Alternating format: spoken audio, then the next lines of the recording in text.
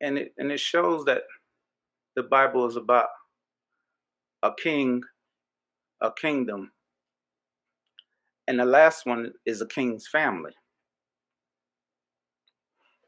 Now, if the Bible is about a king and the Bible is about a kingdom, and it's also about a king's family,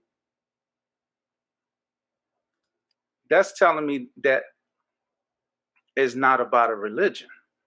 Hold on. If it's about a king, a kingdom, and a king's family, it's not about religion. Oh, let me think about this. If the king is God, the kingdom, which is the king and his domain, the king's territory, we put that together, get the word kingdom, the king's domain by his territory. And then the last part is about the king's family, which means us, the ones that he engrafted in, because we have Israel first and then he engrafted us in. And it's not about a religion. What in the world did Adam lose to start with? What did Adam lose to start with? If I thought that Adam lost Baptist, if I thought Adam lost Methodist, if I thought Adam lost Christianity, if I thought Adam lost Confucius, if I thought Adam lost Islam, if I thought Adam lost Buddha, hold on, this changes and flips the whole scope. If he didn't lose none of this, that means that it was something deeper that happened and something deeper that he lost. So if he didn't lose that, let's find out what Jesus brought back. Because if we see what Jesus brought back, then we can understand what he lost. Did that make sense? He said, the writer, which is Matthew, says, from that time Jesus began to preach and say, repent, for the kingdom of heaven is at hand.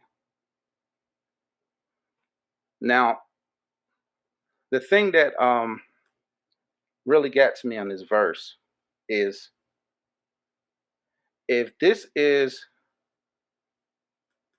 what he was preaching, let's break this down. Look what John was preaching. This is John that was there, the forerunner before Jesus came. It says, now in those days, John the Baptist came preaching in the wilderness of Judea, saying, repent, for the kingdom is at hand. Wow. Wow. Wow. So let's go back. Let's go back a second. Let's go back to understand. We seen what Jesus brought back. So if we see what Jesus brought back, now we can go back and see what Adam lost.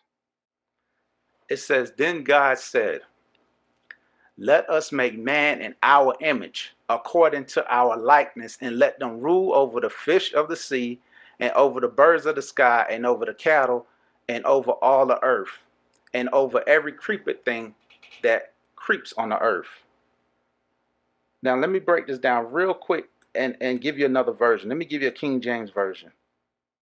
It says, and God said, and this is King James version, and God said, let us make man in our image, after our likeness, and let them have dominion over the fish or the sea, and over the fish of the sea, and over the fowl of the air, and over the cattle, and over all the earth, and over every creeping thing that creepeth upon the earth.